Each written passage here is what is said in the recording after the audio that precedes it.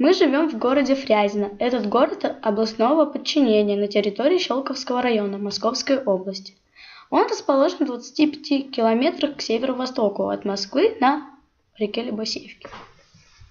До нашествия татар район, где расположен наш город, представлял собой девственный лес.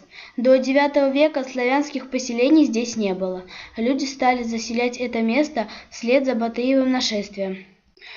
Город расположен на старой Стромынской дороге, которая соединяла Москву и Стромынский Успенский монастырь, возникший в 1378 году. Щелковское шоссе проходит по старой Хомутовской дороге XIII-XIV века, ведущей в Александровскую Слободу и Переславль-Залесский. Ярославской дороги еще не было, те места были сильно заболочены. Недалеко от Фрязино расположена усадьба Гребнева. Строительство усадьбы началось еще в конце XVIII века при Бибиковых.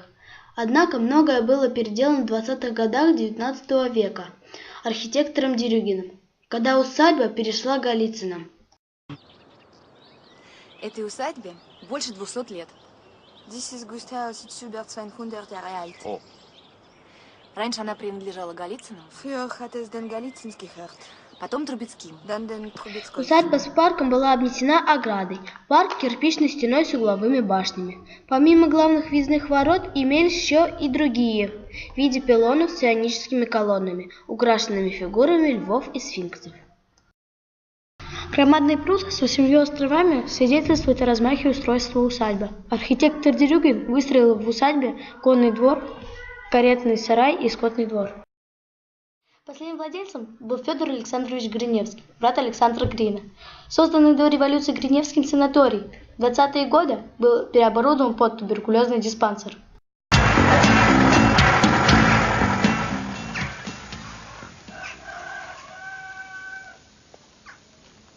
Вот видишь, это моя дача. А кто здесь раньше жил? Туберкулезный диспансер был. За пределами усадьбы находятся две церкви, зимняя и летняя.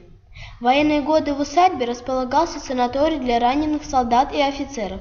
Позднее разместился техникум электронных приборов вместе с квартирами для преподавателей. Но несмотря на это, в главном дворце сохранялся театральный зал с настоящим шедевром искусства – огромной люстрой.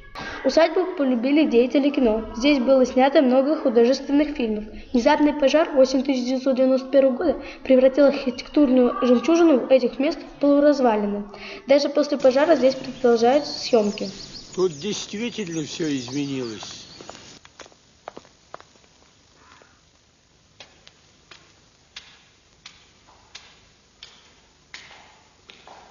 Вот тут я вагонкой обошью, а крышу железом покрою.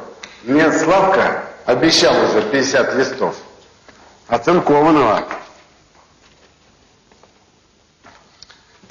А вот здесь вот камин сделаю. Усадьба Гребнева является одной из 5 крупнейших усадеб Подмосковья. После реконструкции усадьбы наш город может стать историко-культурным центром Московской области. А пока...